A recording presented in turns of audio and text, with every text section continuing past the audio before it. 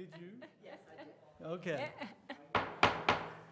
All right. I call the Kitty Hawk Town Council to order this Tuesday, September 2, 2014, at the Kitty Hawk Town Hall. It's now 6:01. And welcome to those folks that came. Welcome to staff, I guess is what I probably should say. And welcome to those folks that'll be looking at it at home. Would you join me in a moment of silence and a pledge of allegiance, please?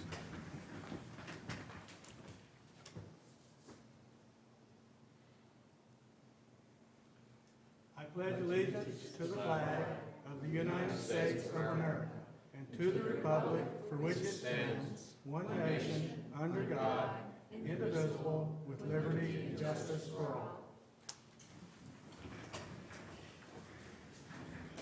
all. All right. Before I call for approval of agenda, I note that Irvin is not here, so we need to excuse him. Anyone have a problem? All right, Irvin is excused.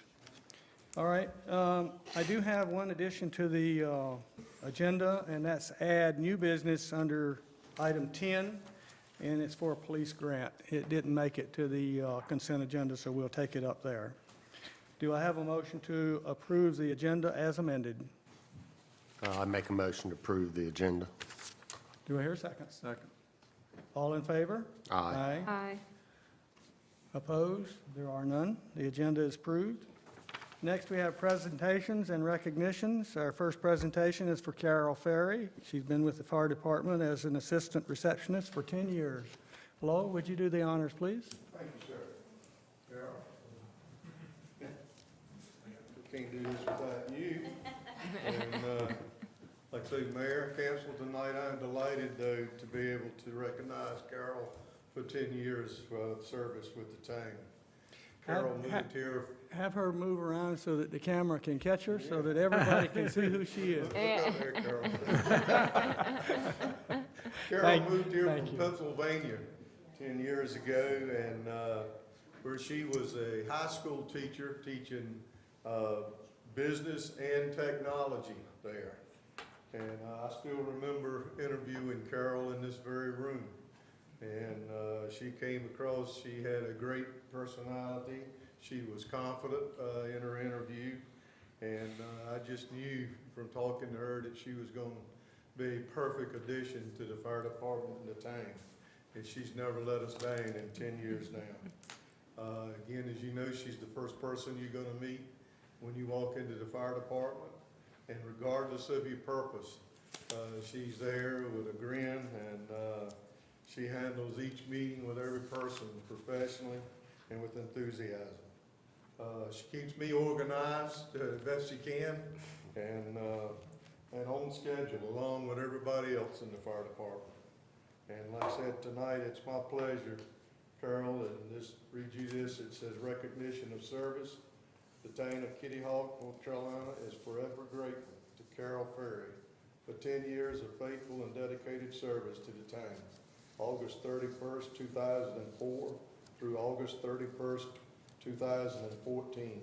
Presented the second day of September by the Mayor and Town Council. Thank you so much.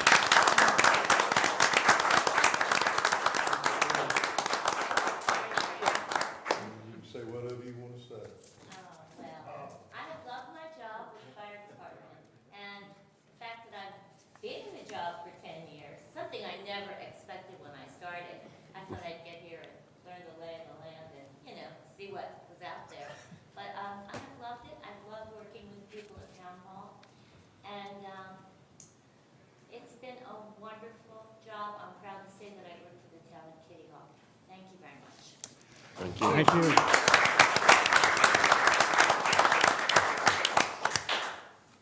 Carol, if there's any room for improvement, it's in trying to keep Lowell straight. Other than that, everything's good. All right, now we have Ms. Gail Sonasso. Did I pronounce that correctly? Okay. And she's going to talk about World Alzheimer's Month and proclamation. I may have a touch of that, so I'm going to listen closely. Thank you very much, and good evening, and congratulations to Carol. 10 years, that's a big milestone. Anyway, my name is Gail Sinessa, and I'm the Executive Director of GEM Adult Day Services. And we've been providing care to families and people with dementia in Dare County since 1998. And I wish there was a cure and you wouldn't need my services, but to this point, there is still no cure for Alzheimer's. There is treatment. That's the one thing that's come forward in the last years. There's non-pharmacological or non-drug treatment, and it really works. So that's what GEM is promoting. We teach college students, churches, anyone that wants to learn this treatment for people with Alzheimer's in our class, Caring Effectively. Anyway, September is International Alzheimer's Month. And in the world, there are over 44 million people suffering with this disease. In the United States, there's over 5 million, but some reports suggest that there are an additional 10 million who haven't been diagnosed. And from my position here in Dare County, I can sort of attest to that because I know a lot of people that the doctor will say to them, well, we don't really know what's going on, but we're going to give you this Aricept, which is an Alzheimer's medication. So there's no diagnosis and the person is giving Aricept. On the other side of the coin, oh, you're depressed, you're having some challenges, let's give you an antidepressant. So there's a lot of people out there that need to take that next step and find out what's causing this memory loss, because a lot of the conditions are reversible. Alzheimer's isn't the only dementia, and there's different treatments for different dementias. So hopefully when we raise awareness, we can address that. Every 67 seconds, someone in the United States is diagnosed with Alzheimer's disease. I'm a baby boomer. This is going to be our challenge. It's estimated that 1 out of 6 of our Dare County adults age 65 and over have Alzheimer's disease. Alzheimer's disease is chronic. Most of you, when you picture Alzheimer's disease, you're picturing someone in the middle stages. Early in the disease, people have difficulty making decisions, and it's not, so it can be missed. People don't visualize somebody going to the store and that you're meeting in church that might be having some problems doing their checking. It can last from 8 to 20 years. We hope that the town of Kitty Hawk will join GEM in raising awareness to the and challenge the stigma associated with this disease. And we have put together a proclamation that I hope that you might ratify for us. May I read the proclamation? Yes, please. Whereas Alzheimer's and related dementias are devastating diseases affecting over 44 million people worldwide, 5 million people in the United States, and about 1,000 people in Dare County, whereas Alzheimer's disease is a progressive, degenerative disease and is the most common form of dementia, can we reduce the risk? Whereas there are 5 ways you can help reduce your risk of developing dementia. 1, look after your heart. 2, be physically active. 3, follow a healthy diet. 4, challenge your brain. And 5, enjoy social activities. And just as a note here, those 5 things help people with the disease. They help them live a better, more productive life. Whereas Kitty Hawk, we hope Kitty Hawk will join individuals, families, community friends, and caregivers dealing with the effects of Alzheimer's disease and promoting the care for those living with the disease, in supporting educational programs and services for our Dare County families. Whereas we hope Kitty Hawk will join Alzheimer's Disease International in honoring those suffering from Alzheimer's disease, those who have passed, and caregivers. And GEM does an annual candle lighting to honor, remember, and care, and that will be on November 9th, 2014. And we also recognize the disease throughout the year. So my request is that would you accept this and give credence to it? All right, Gail. Basically, I'm going to ask for a motion to approve the proclamation that's been read. And In doing so, the motion would allow, now therefore, the Kitty Hawk Town Council does hereby proclaim September 20, 2014 as World Alzheimer's Disease Awareness Month in Dare County and commend its observance to all citizens. Do I hear a motion to approve that? I move to approve the proclamation for World Alzheimer's Disease Awareness Month. Do I hear a second? I'll second. All in favor? Aye. Aye. All right, you have it. Thank you very much. I really appreciate it. Thank you.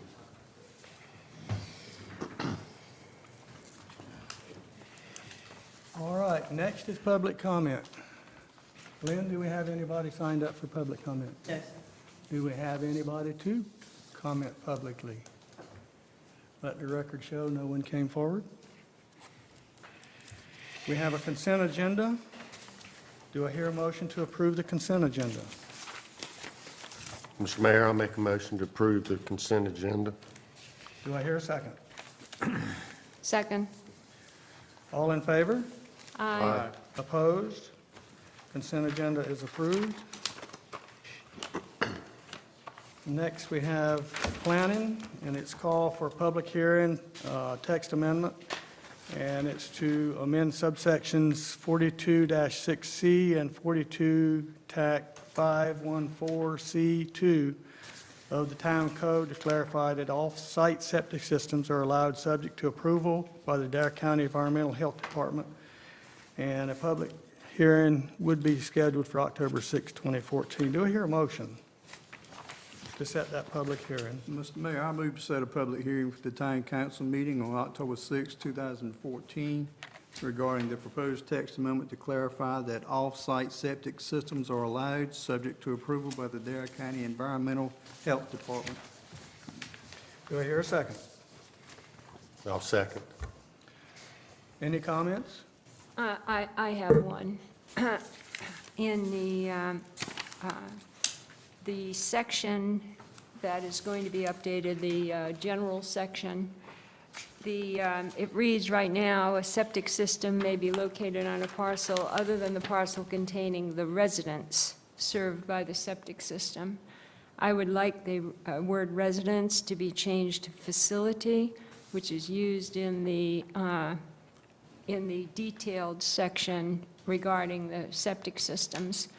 The use of the word residence would imply that only residential properties are affected by this change, and that is not the case. So before it goes out for the public hearing, I think that change should be made. Do we have a comment by the Steve? attorney? I think that keeps it consistent. Facility is the word that's used in the rules adopted by the state, so changing residence facility would make it consistent. All right, do we need to change our motion? Just as amended As by that As amended. correction. All right.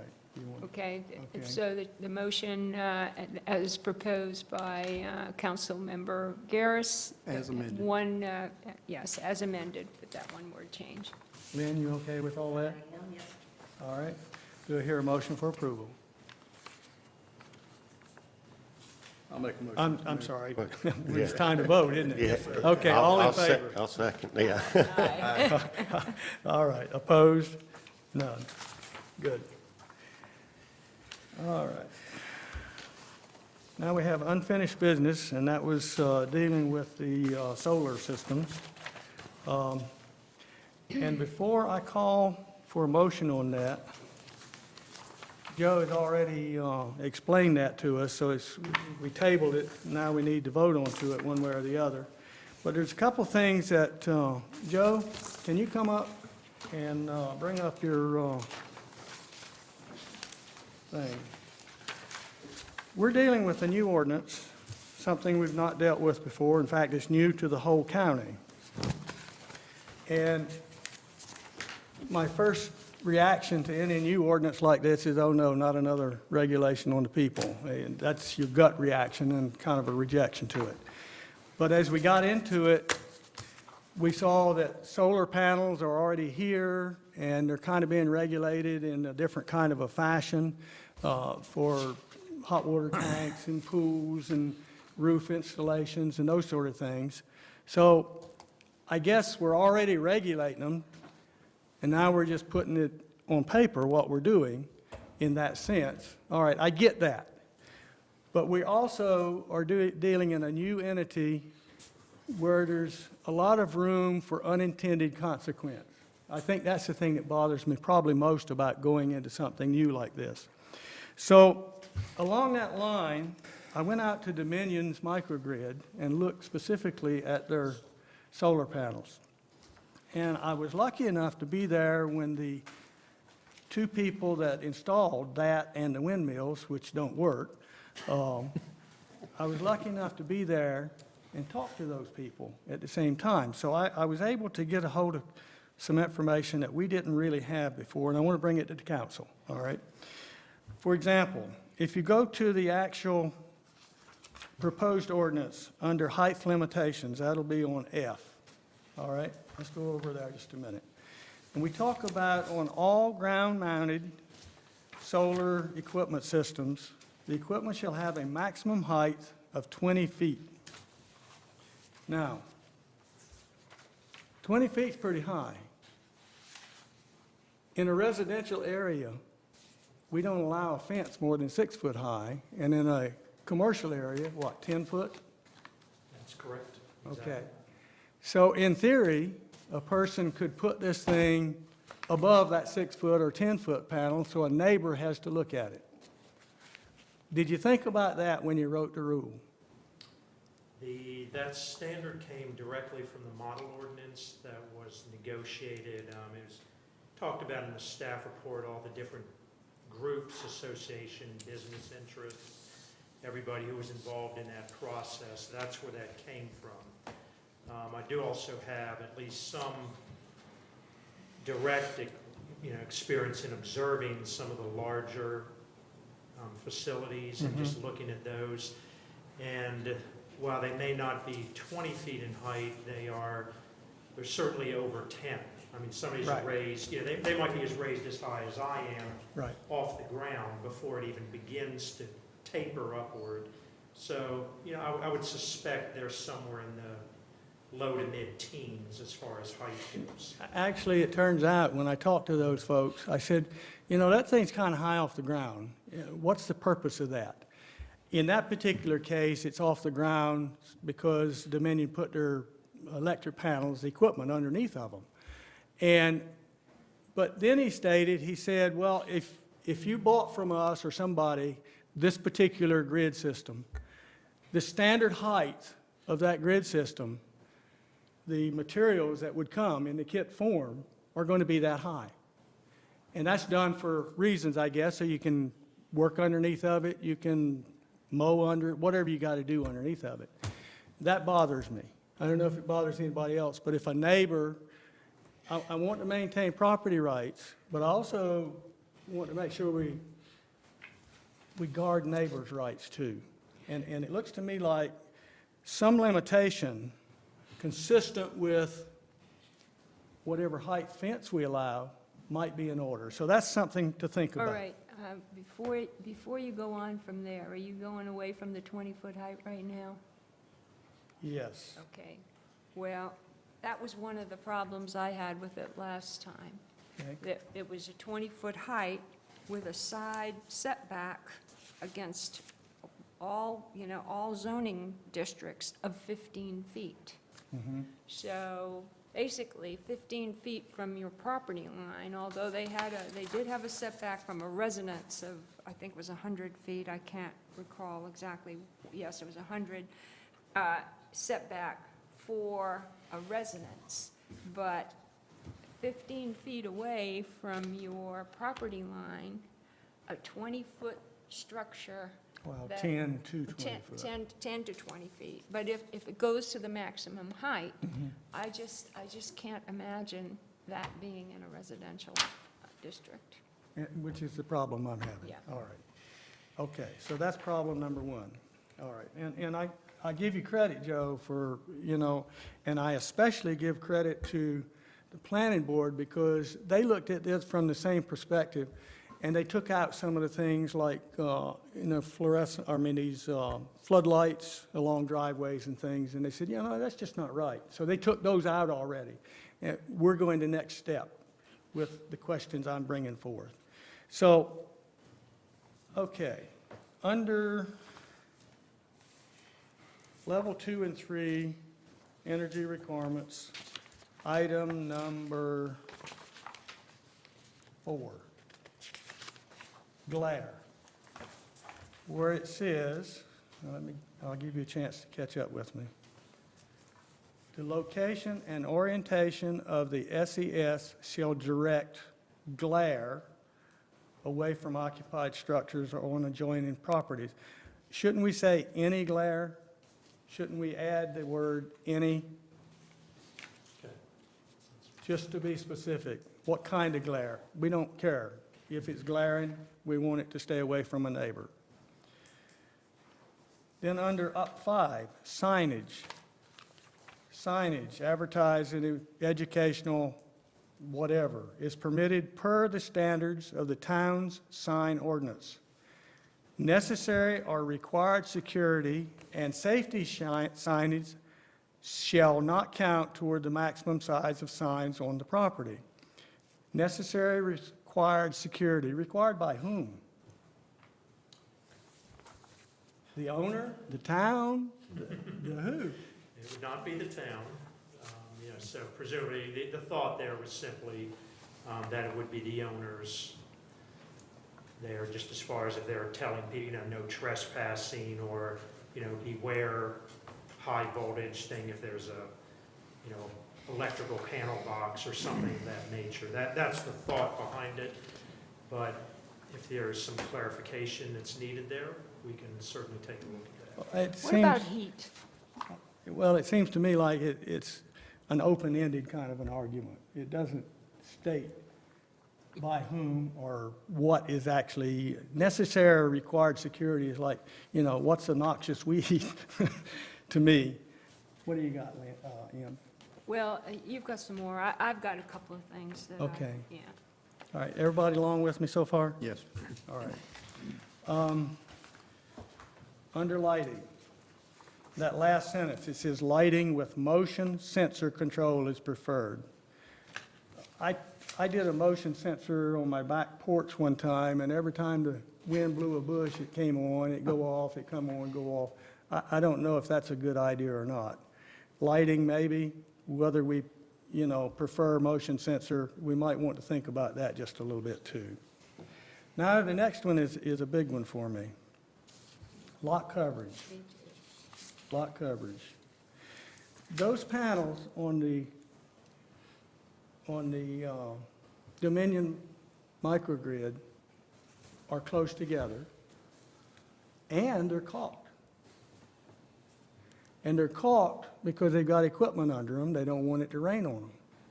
Now, if we build a deck, don't we count that in lot coverage? Yes. And yet here we are putting an array panel with a great deal of coverage and not counting it. I got a problem with that.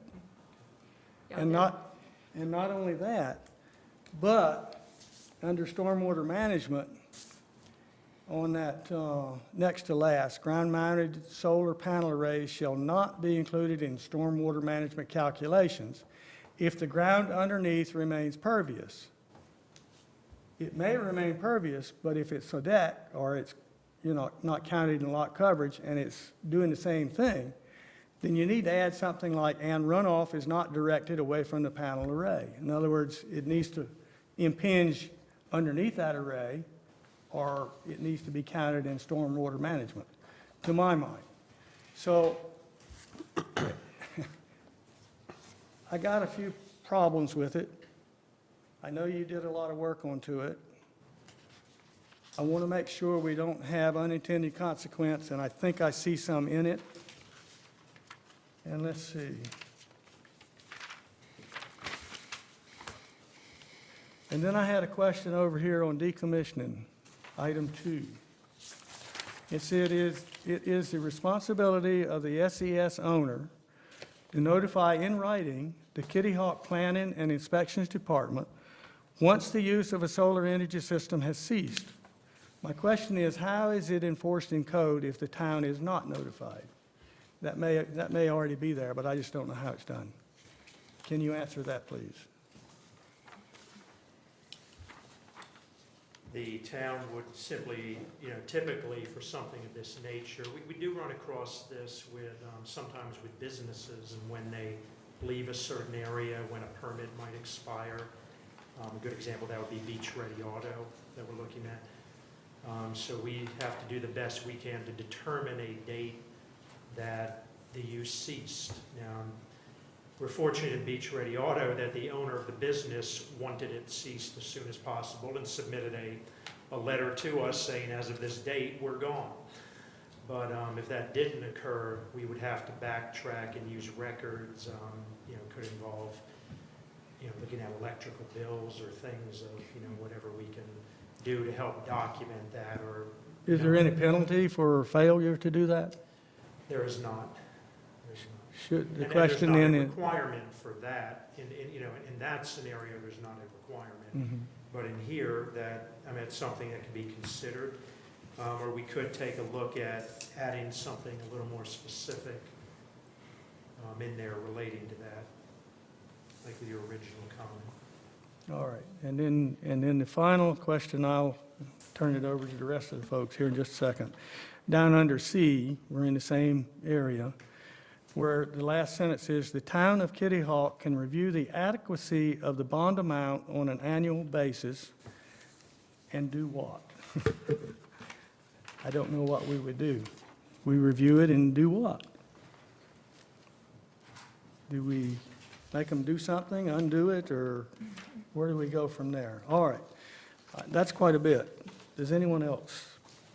No? Well, one of the things that I had been noticing in some news articles recently was the heat that gets generated by these solar panels. And basically, it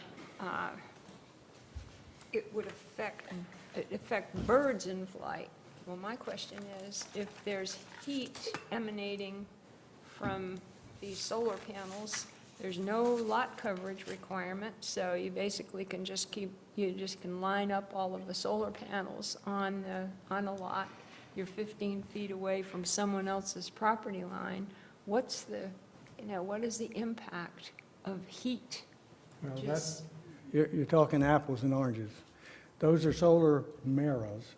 Oh, okay. They're not collectors. They're not And they're direct in collectors. So the there's sun's. no, No, Okay. it's like killing an ant with a magnifying oh, glass. okay, all right. Only So they're doing it's it up not to- going to radiate upward? No. No. The solar panel is absorbing the heat. These are mirrors reflecting the heat. Okay. It's a world, and we're not even close to that. All right, so there's no problem with, I don't see Any one. kind Do of- you see one? I have not come across that issue in the research that we've done. No, Okay. It's like asphalt absorbing the heat. all right. It's not necessarily reflecting it, although you certainly feel it when you walk on Mm-hmm. it. Right. Well, what I was concerned about was if you had, somebody had an acre of land and they filled it up with those solar panels, would that have an impact in terms of the temperature in the surrounding area? If the answer is no, then it's not a problem. And the lot coverage thing, again, if a deck that has sand underneath it counts on your lot coverage, then I don't understand why these don't. And then the other thing that I read was that if it were in a wetland, that the Army Corps of Engineers does not take account of the posts that are put down into the wetland. Is that the case? That was what I'm sorry. if you were mounting these on, like pilings, Well, yeah, you would have to if you were mounting it in an area where there were Corps of wetlands. Engineers wetlands, you would have to get a permit from the Army Corps, and they would evaluate any potential damage or anything like that to those wetlands as a result of the project. All right, so, Yeah, they're not exempt from any of that. and the Army Corps of Engineers, when they are doing this, take into account the posts that go into the ground to support these things? See, I don't got, know offhand. I'm not aware of I a got the impression specific that project. They do. The You know. building we're sitting in right now uh-huh. is built over wetlands, sitting on posts. And there are other garages and other things close to wetlands that, like net sheds and things, that are also built over wetlands. And they do take that into account, but they're more concerned, if I understand it correctly, they're more concerned with whether it would shade out the existing wetlands. Yes. If it doesn't do that, then you can probably build it. Although I think that's getting more strict than it used to be. Yeah, well, I guess that when I finished reading this, I felt like we really did not have a handle on what these SES level 2 and 3 would actually mean if it were built in the town of Kitty Hawk, and it's allowed in both residential and commercial in every district. I just don't feel comfortable with it. Folks? When Dominion came in, one of my concerns was the glare. And we did have residents show up, and it was their concern, and the solar panels are considerable distance from any residents, and they were still concerned. And I agree that a panel, or the way it sounds to me, if I have a vacant lot, I can completely cover the whole lot with these panels, and I think it would be offensive to a residential property owner. Next to him, somebody builds this little solar plant, and I don't think he would have a hard time selling his house next to it or something like that. I think it would decrease somebody's property value if these things are just put up in without some kind of regulations and setbacks. I think the glare is probably one of them, and the height of it, and both of those work together, as I was concerned with Dominion. And so I think we need to do some more fine tuning and see what we can come up with. We had a lot of questions and concerns the first time this came up, and it's obvious we still have a lot of work needs to be done before we can even consider going further. And I'm like you, I'm not comfortable with this at all. I really am not. All right. I do get that we're going to have some sort of regulation because we're already dealing with the issue. All right, so we get that. We want to make sure we don't have unintended consequence, and we've raised several questions. So, Steve, do we need to motion to not approve this, in other words, deny this and send it back, or just send it back? It would probably be cleaner to deny it and just send it back and start over based on where you are. Plus, there is a state statute that deals with solar collectors on residences that you're going to need to consider. I wasn't aware of it, and I was looking, and I found it. It does place some limitations on what the town can do with residential solar collectors. Okay. And it may change your thinking and Joe's thinking to some extent. I don't know how the panel who drew these model ordinances up didn't deal with this, but they should have dealt with it and at least mentioned it as options. So there are other things out there that you're probably going to want to consider. So this is something you just came up with? I found it today. I decided I'd take a look to see if the state had done anything. Okay. And there is actually a statute. It's 168-201 that does alter a little bit what you can and can't do. You don't have you're not starting with a clean slate completely, but and it does tell you what you can regulate. It does tell you that you cannot regulate not allowing it. Well, but doesn't the building code already allow what's going on right now? Well, the building People- code does, but this says that the towns can't prohibit residential solar collectors, but it does give you the ability to place some limits on it. And in there, the legislature's ability to help you out, they use the word reasonable. Yeah, okay. All right, I think we're all in agreement that, basically, I'm going to call for a motion, but it would be one probably to deny. So I'll call for that motion.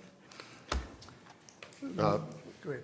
Mr. Mayor, I'll make a motion to deny the text amendment to establish development of standards for solar energy systems in Section 42-528.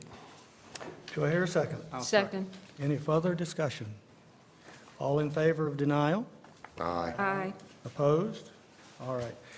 Joe, take it back and do some tweaking and follow with what Steve has come up with. I think we all recognize that we need to have something. I don't know if we need a level 3, but anyway, go back and look at it and have the planning board take another eyeball onto it. We're not dismissing it out of hand, we're just concerned. All right?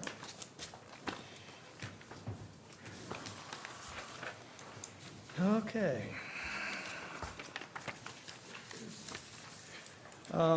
Now we have new business. This was a police grant, and it didn't get onto the agenda for consent, so I wanted to make sure we got to the public what we're trying to do. It has to do with North Carolina Governor's Highway Safety Program local governmental resolution. And basically, the resolution approves a no-match grant from the Governor's Highway Safety Program to assist the department's Governor's Highway Safety Program liaison, Sergeant Brian Strickland, with travel for all meetings and seminars. The remainder of the monies will be used to purchase approved traffic safety equipment. The grant amount is $20,000. Do I hear a motion to approve? I'll make a motion to approve the North Carolina Governor's Highway Safety Program local governmental resolution. Do I hear a second? Second. All in favor? Aye. Aye. Opposed? All right. Joel, you have it. Go get the money. Town manager comments. Yes, Mr. Mayor, just an update on our storm damage reduction project. Coastal Planning Engineering has reported they've completed 45.7% of the scope of work as of August the 12th this year. This work involved the coordination with the town staff, development of environmental documentation, design analysis, data analysis associated with the offshore sand search, and the planning and execution of the VibraCore surveys. The preliminary results of the VibraCore analysis indicates that sufficient high-quality sediment is available for Kitty Hawk project from the area offshore of Kill Devil Hills. The planning group for the project will be meeting next week on September the 9th, and hopefully at that time we will have a better handle of the costs for the project. Preliminarily, we've been told by the consultant that because of the location of the sand, that we should realize a cost savings, even though they're proposing to add additional sand in Kitty Hawk. So we'll get more information on that as time goes on and be able to report back to council on that. Also, I wanted to mention upcoming event. There's what they call a Shred and Protect program. Will be held on Saturday, September the 20th, from 9 a.m. to 12 p.m. This will be held at the Kitty Hawk Post Office and allows anyone in Dare County to bring their personal documents to the post office on the 20th and have them shredded. And there's no cost for this particular service. And lastly, I just wanted to make a comment on the departure of our Director of Planning and Inspection, Mr. Joe Hurd. As council, I'm sure, is aware now that Joe has accepted the position of Director of Community Development with the town of Duck and will be here until about September the 25th. And I just wanted to take an opportunity to thank Joe for all his accomplishments and dedicated service while he was a part of our staff here in Kitty Hawk. And that's all I have, Mr. Mayor. And I echo that, Joe. I hate to see you go. You're going to get stuck in traffic a lot more than you've been used to, so I'm not sure you made a wise decision there, but best of luck to you. All right, town attorney, please. We were scheduled to hear the Winks case on Friday. Unfortunately, the judge and a number of the attorneys were under the weather Friday, and court ended at 12, so we didn't get to it. So it's been continued to the next court date that the judge has available. And I don't have a date for that yet, but it's going to be sometime in October. The court system does not work at fast speed, do they? Well, there were actually people who were ill, and the judge offered to share her trash can with us, but she stayed until lunchtime, which Wow. was pretty good. That bad, huh? That bad. All right. All right, reports from town council. Jeff, you have anything? Yeah, I'd also like to, I spoke to Joe earlier, but I'd like to also thank Joe for all your help on the planning board as well as on the council. Thank you, Joe. I appreciate it. And I'd also like to give a shout out to our Outer Banks community here that hosted Surfing for Autism at Jeanette's Pier on Saturday the 23rd. A lot of the business here on the Outer Banks donated merchandise all year long, as well as their establishments for fundraisers to invite people from Eastern North Carolina and all over to come and enjoy the Outer Banks and get some of these young kids out into the ocean for the first time. And I'd like to thank all the volunteers that showed up and helped. It was a really good event. Craig? Joe Hurd. A valued employee and a great friend for a long time, Joe. You have helped me tremendously since I started on the Board of Adjustment, and you haven't stopped helping me. So I appreciate everything you've done for this town, and for me personally, we're going to miss you. I can only wish you the best of luck. I want to echo that and also mention that I was on the panel that interviewed Joe when he came to Kitty Hawk, and I think we made, the manager at the time made a wonderful selection, and I certainly do appreciate all the time that you have spent trying to get me to understand some things, and Joe, I wish you all the best in Duck, and I hope this is an advancement in your career and that you continue to succeed wherever you go. All right. Well, Joe, we hate to see you go, but we all do very much wish you the best of luck. So don't forget us when you drive by, honk or something. All right. Public comment. Did anyone come in to make public comment? Let the record show no one showed up. Do I hear a motion to adjourn? So moved, Mr. Mayor. Second? Second. All in favor? Aye. Aye. You never have a denial on that one. Thank you, folks. Thank you.